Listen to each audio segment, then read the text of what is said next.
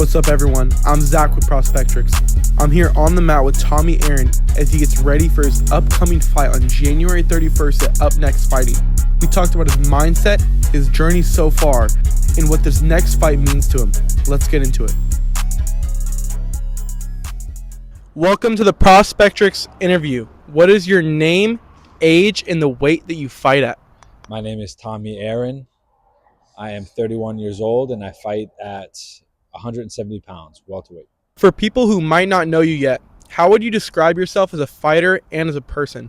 As a fighter, I'm relentless. My strong suit is my cardiovascular system. I am gritty and tough. As a person, I'm kind. I'm kind of a teddy bear. I have twin boys. I love them to death, and I'm a family man.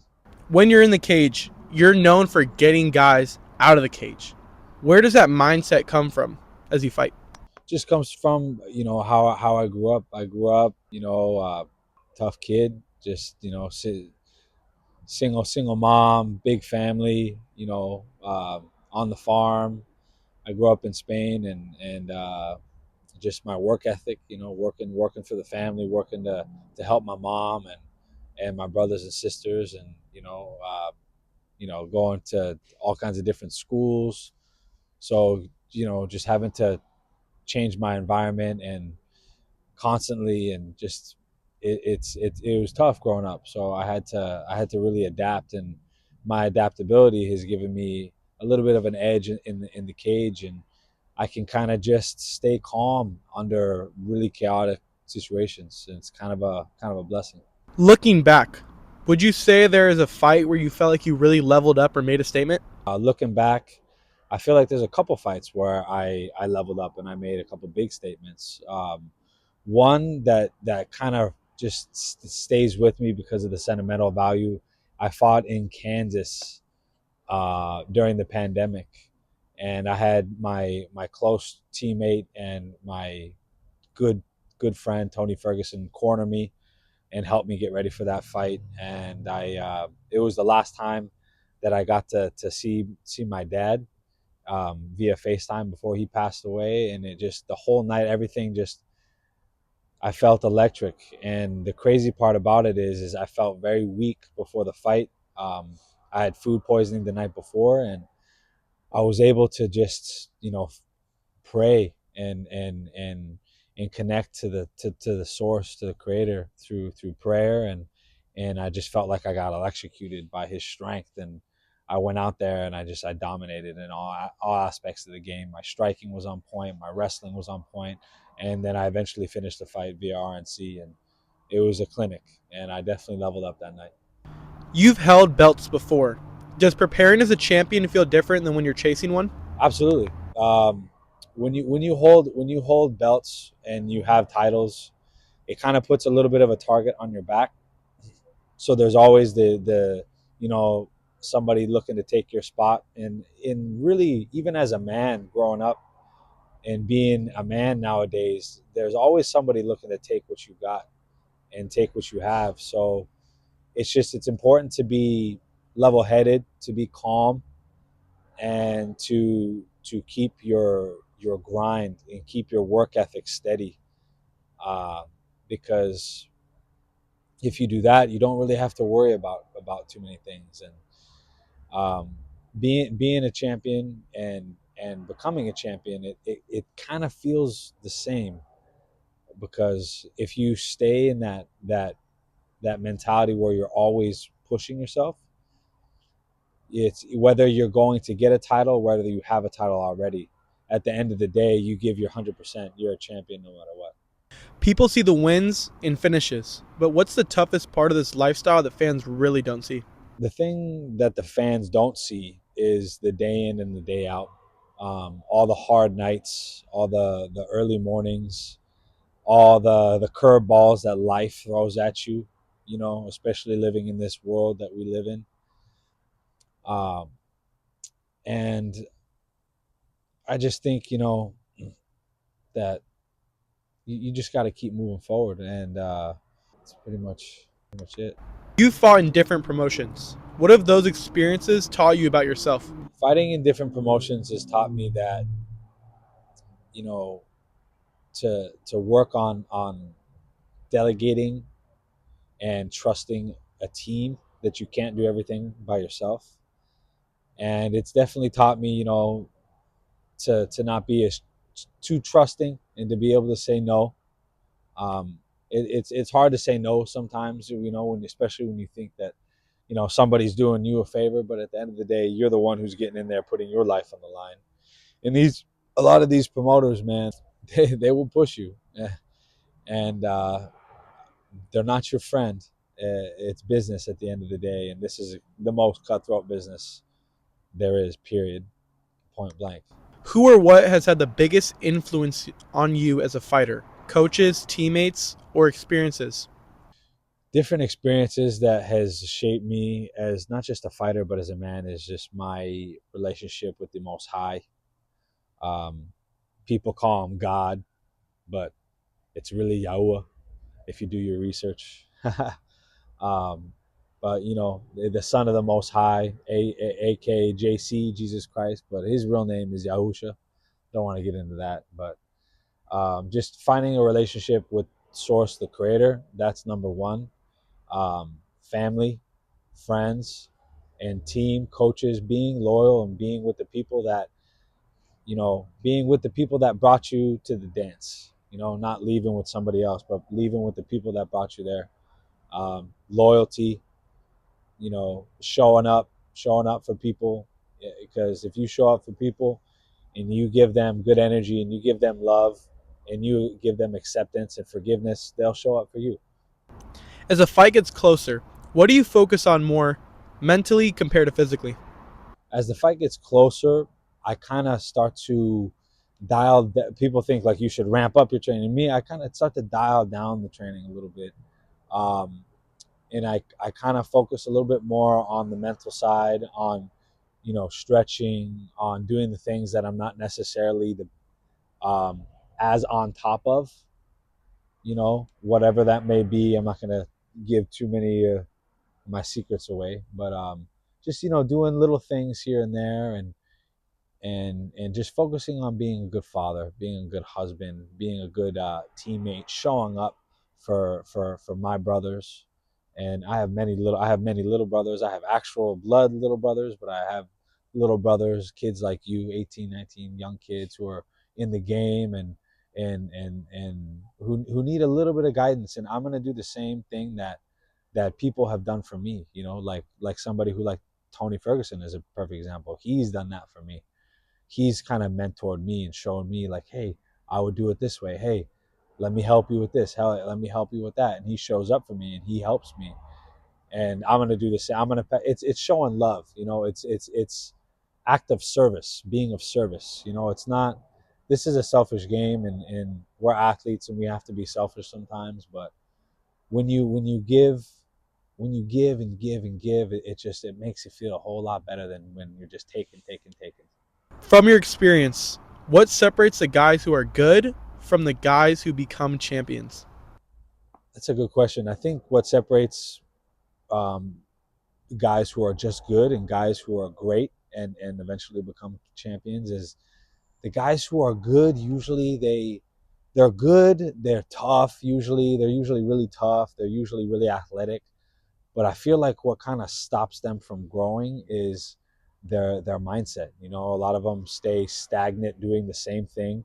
They don't have an open of a mind in terms of the martial arts.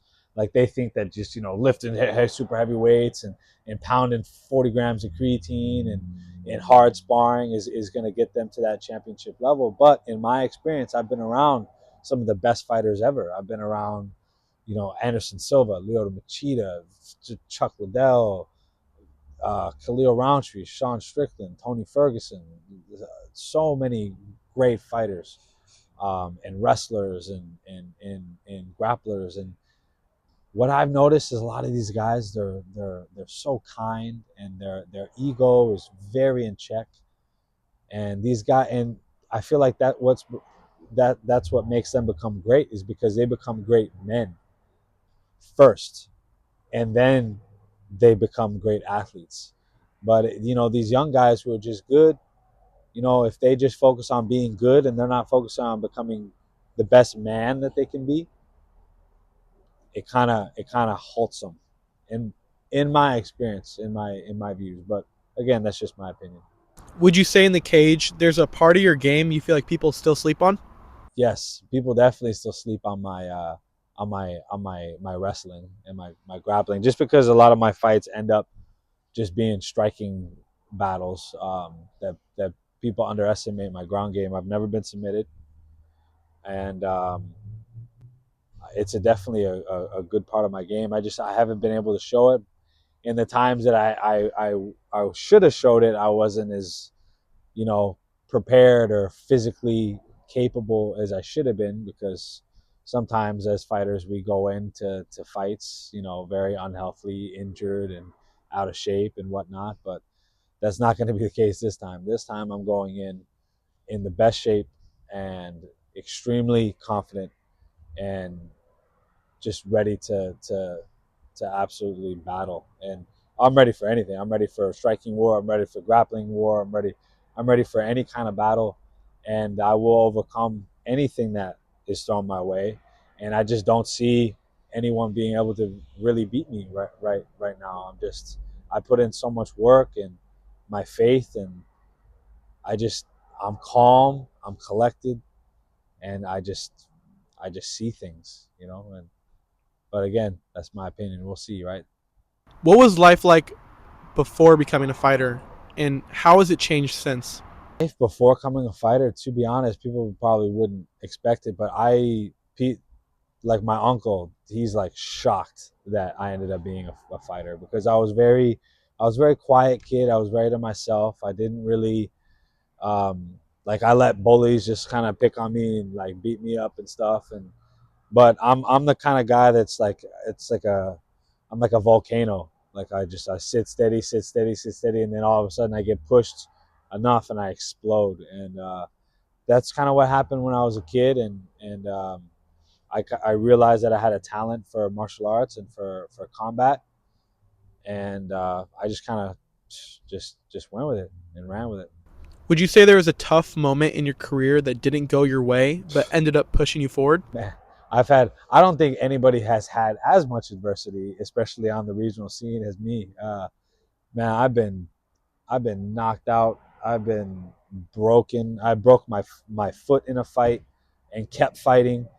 I've been caught horribly. I've been concussed horribly, uh, just to the point where like I could barely walk. I could barely stand on one foot, and I had to recover. I had to study up on my nutrition. I had to really dial in a lot of other aspects of my life to heal myself.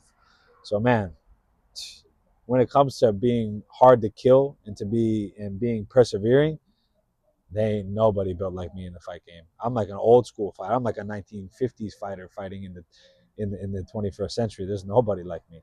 When people watch you fight, what do you want them to take away from your performances? When people watch me fight, I just want people to be entertained, and I just want people to see kind of like, wow, this is a new school kid, but man, I feel old school vibes, like Rocky Marciano, Jack Dempsey kind of vibes. Just a dude who is just gritty and who's mean and relentless, and who can fight tired, who can fight hurt. You could break my face, I'm gonna keep moving forward. You can break my leg, I'll keep moving forward. I've proved that. I've broken my foot in a fight, and I kept moving forward and kept going for the finish. I've been so hurt. I'm one of these fight like you see. There's not fighters like me out there right now. There's great athletes that fight, but man, when it comes to being in the thick of it, being in the real battles, and being hurt and tired, and still have the heart and the lungs and the mind to stay calm and move forward, there ain't nobody like me in the game right now. With younger fans watching you, how do you think about being a role model while still staying competitive? With younger fans watching me right now, I would just want I want to be a role model for young men to live biblically, to live the way the Most High, the way our Creator intended us to live. And that's not going out and chasing tail and smoking weed and getting drunk and listening to this music that's just cursing, putting curses over your life and screaming profanities and just sickness and death over you. No, I want to be a role model and somebody where these young kids look and they want to wake up early in the morning and go run. They wanna find a wife and build a family and have kids and stay loyal to her and make money and make good decisions and help their family members and help their community and help their church or whatever it may be. That's the kind of person that I want to show these young kids to be, because that is the way. It says in scripture, that the road is broad. There's going to be a lot of people going down the broad road, but the road, the path that you want to find is narrow, and very few find it. And in order to find it, you have to seek the truth, because I'm telling you right now, everything that you've been taught in your life, through school, through the media, it is a lie. It is a lie. I bet you didn't even know that the Creator's name was Yahuwah. I bet you didn't even know that Jesus Christ's real name is Yahusha Hamashiach and not Jesus Christ. These are things like the world and the government. I don't even want to get into it, but man, there's a way to be, and the way is narrow, and it's a harder road. You're gonna have to be disciplined. You're gonna have to be consistent, but it's the way to be. You've got a fight coming up January 31st for UpNext Fighting. What does this fight mean for you right now? I'm fighting January 31st against Jordan Liu, for UpNext Fighting, and this fight means a lot to me. I fought for the title the first time, and I was not prepared to fight, but I fought anyway. I fought with two hands that I couldn't even close and make a fist, because I fought bare knuckle 3 weeks earlier. I was not in the physical shape that I should have been in for a title fight, but I got in there, and I went to battle with a tough Mongolian warrior, anyway, and I came up short, very short, but this is my chance of redemption, and I will win that title, and I will win in spectacular fashion, because it's already written. I already won. I've already won. And, you know, again, proof's in the pudding. You're going to have to tune in and watch. Last one. What would you tell someone chasing their own goals, whether it's fighting or something else, right now? I would tell somebody chasing their own goals that to not just to trust their own heart, but not to really trust their heart, but to seek the Creator, seek the Most High, seek, read your Bible, and to try to live a healthy lifestyle. Work out. Don't watch too much TV. Don't believe everything that you see. Don't believe everything you hear. Find a circle that loves you, a close circle. Sometimes it's not even your own family. Sometimes it's people that aren't related to you that are going to be your family. But just to find a circle of people and to hang around people who you see good attributes from. Don't hang around losers, because you hang around five losers, you're going to be the sixth. And I would just say that, just stay in prayer, eat healthy, stay consistent, and stay disciplined.